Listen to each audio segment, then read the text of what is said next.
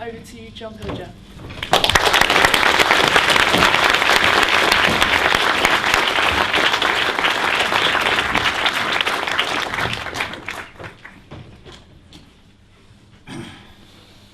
Was one of those who started Media Workers Against the War with Paul Foot and others. I'd like to encourage that thought very much. We need that, but we need it differently now. We don't need BBC people coming along to meetings and not giving their names. We need people speaking up within media institutions, and there are plenty of people in the BBC and in other organisations that feel the huge disquiet at the role that their newspapers and media organisations play in the promotion of war. I think we should be very careful about distractions. We've had quite a few. Leveson, entire distraction, except for one man who was in court, I think, on Friday, who stood up, and a filmmaker, and asked why Tony Blair was allowed to give evidence about truth and media. And the Leveson himself was so outraged by this that he himself stood up and ordered the man to be thrown out. So the truth teller was thrown out while the liar and war criminal could continue. I think that pretty well summed up Leveson. We must be careful about being distracted that Hackgate represents some new evil phenomenon in the media. And I think we must be careful to find ourselves reaching into the bowels of the media to quote all these horrors. In fact, the most powerful media has never been, in my opinion, apart from a brief period when the Sunday Times was attacking programs like Death on the Rock and others, has always been the respectable media, the one with reputation, like the BBC, like the Guardian, the kind of lesser evilism of journalism. And there's often a reluctance to understand that it's in that media in the United States where, speaking of the New York Times and the Washington Post, not Fox Media, these so-called respectable organs of media have, in my view, played a much more important role in promoting all the wretched euphemisms of aggressive war, such as humanitarian intervention. The BBC has played a central role. It's an old story. 1966, one of the BBC's most brilliant mavericks, a young man in his 20s called Peter Watkins, made a film called The War Game, which reconstructed the effect of a 1 megaton nuclear attack on London. Those of you who will have seen it, I'm sure, will have been moved by it, and I've seen it a number of times. That film was viewed by the Lord Normanbrook, I think it was, who was then the sort of Chris Patton of the BBC, immediately took it to the Cabinet Office, to Sir Bert Trend, who was then the Secretary of the Cabinet Office, showed it to him, and a top-level meeting was called between all the top BBC people and Whitehall officials, and they agreed that it was the most brilliant film and accurate and restrained, but that what it would do would cause unnecessary an unnecessary effect on the attitudes of people, of viewers. You don't have to translate that much. It was a threat. Its truth-telling was a threat. It was an intolerable truth. It told the truth about the prospect of nuclear war and the danger of an attack of nuclear war at the time. So it was banned, and it was the reason it said, the press release said it was not for faint hearts. It was that ban held for something like 18 years. During that time, every Director General renewed the ban. And I remember there was Sir Ian Trethowyn who said that he was worried that of its effect on the elderly and on people of limited intelligence. That almost gave the game away. And when it was finally put out in the 80s, with the distinguished broadcaster Ludovic Kennedy introducing it and perpetuating the lie, hardly anybody then on television really saw it. It was a small audience. Now, that censorship by exclusion and omission runs right through the BBC, which has produced, with the best production values in the world, some of the finest, most refined state propaganda. And until we understand that that's in a way its function.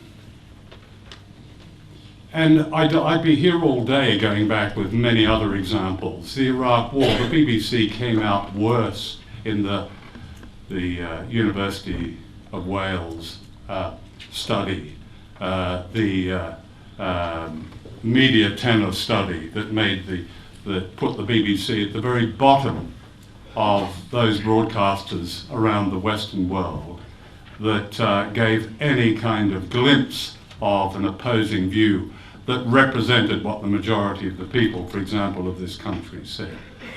It's absolutely structural and endemic. And I think that to understand that, we have to really not allow ourselves to be cornered, put into cozy little liberal corners by even discussions about regulation. I mean, sure, there should be right of reply, and perhaps there might be one day. But as the Guardian letters page fill up with what to me are a bunch of non sequiturs and don't address the fact that that journalism in the so-called mainstream is not addressing the world as it is. I mean, Toby made quite a bit of gender. Well, that's fine. Agree with that, but be careful that we don't allow gender to take us down the road of another distraction. There's a photograph in the paper the other day that required no caption. It was Hillary Clinton and Julia Gillard taking tea together. Two of the major warmongers among Western leaders. Hillary Clinton, who said when she was running for president for the candidacy, she said she was prepared to eliminate Iran. Perhaps she wouldn't, who knows. Gillard, who in my experience is by far the most warlike, militaristic leader that Australia has had in modern memory. So we must be careful again of those distractions. I think and the Petraeus affair is all very interesting, but I mean, Petraeus was an absolutely crap general. By his own light, you can only see by the massive amount of sort of stuff all over it, that he'd done nothing. And his hairdo. All right, his hairdo. But what Petraeus did do, he did say, and I paraphrase him, that the enemy was not the Taliban, but the enemy was at home. And that's the essence of this. That the enemy was right here. That the enemy is the public in the United States. That the enemy in this country is the public in Britain. He coined the phrase perpetual war. That's his contribution. And we're distracted massively because he had a spot of adultery. Who cares? The fact that this man, it's very easy to call somebody a war criminal because there are so many of them. But this man played a very, very important role in setting up a propaganda model that the Pentagon, which spent in 5 years something like, according to the AP, something like $4.5 billion on public relations, but Petraeus's job was as a public relations man, was to seduce the media, which he did. Have you seen, any of you, by any chance, John Simpson's interview with him? I have regard for John Simpson, but my God, I saw it the other day. And, you know, it was the obsequiousness towards this 10th-rate product of a corrupt military officer class, which is in the United States, which has been sacrificing its young men and women, as well as the civilians it's assaulted for so many years. Not understanding the real role of Petraeus as one who is there to deceive the rest of us. It's like the coverage of Obama, 16 pages in The Guardian, including something that, if it went in for pictures, at the height of the Stalinist time, could not have equaled. It had a picture of Obama and the family, who are forever hugging and kissing each other. We know that. Something's wrong. Okay. The best is yet to come. That was the headline. And that's from the serious newspaper. It's funny, but it ain't a joke. Because Obama is not a weak president. Tell that to all those Afghan young people and children and women and all the others that his drones have killed, that he's a weak person. A man who every Tuesday, we are reliably informed by the New York Times, encouraged apparently by the White House, who has a kill list, who ticks them off. And I heard Mark Mardell of the BBC say, well, actually, he's very careful about the people that he decides to assassinate, to murder. We've had to go through the Obama years and fall on our knees because a black man has been elected president in the land of slavery. History, yes, but end of history once you've said that. And this seduction, this liberal seduction of our readers and of us as journalists and broadcasters, instead of ourselves trying to understand what normalize really means, Edward Herman's great phrase, normalizing the unthinkable, and the part that we play in the division of labor in normalizing the unthinkable, of perpetual war, of what is going on in the Middle East right now, of minimizing the culpability of our own governments, of teaching our young journalists never to look in the mirror of your own societies. We don't actually say that, but that's the message. always see the demons, always see the criminals, and always see the rapaciousness, if you like, not at home but somewhere else. It's something that runs right through our media colleges. It runs right through our right thinking, a lot of our right thinking colleagues in journalism. And it needs to change if we're going to have a world that actually hears the truth and we tell the truth.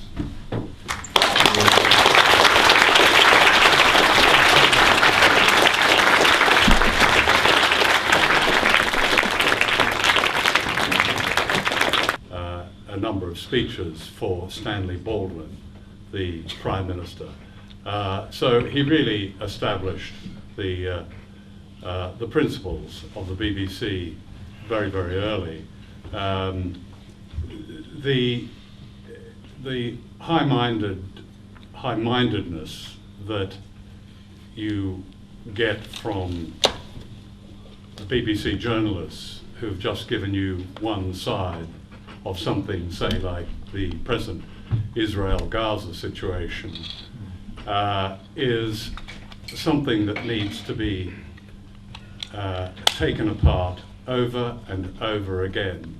This defensiveness behind a kind of set of principles, church-like principles, as they tick off their own sort of catechism of how neutral and impartial and so on. This is nonsense. The BBC is an extension of power in this country, and I do think we have to start with our eyes wide open about this.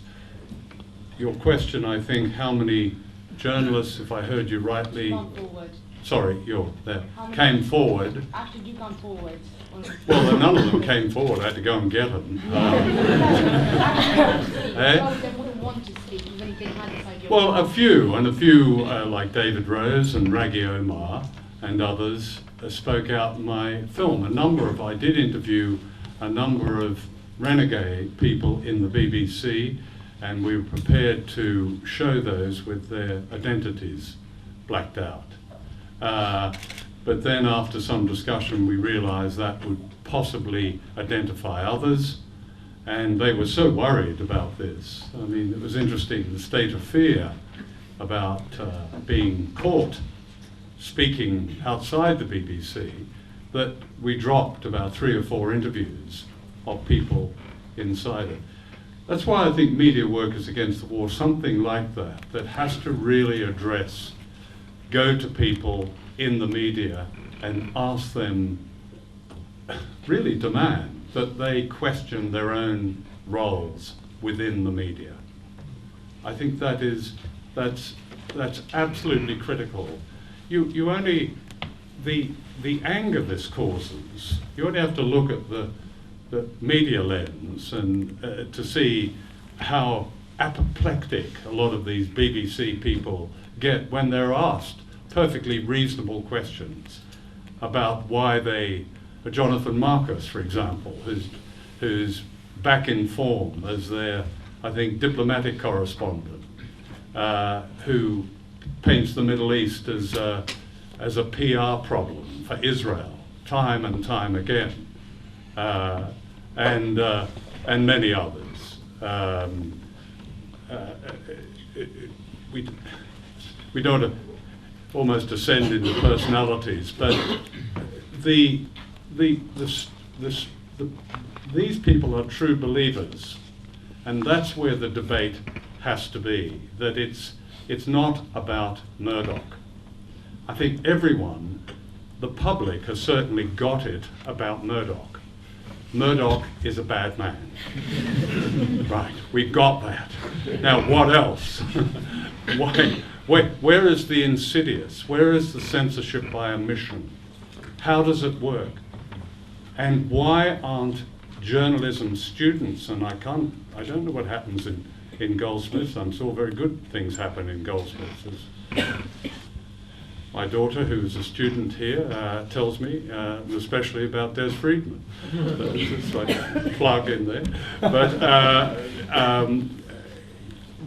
my view is that right throughout the teaching of journalism, communications in Britain, there is a reluctance to give to students a skepticism about power, that they should look at the ground, they should look at events and their journalism from the ground up, not from the top down.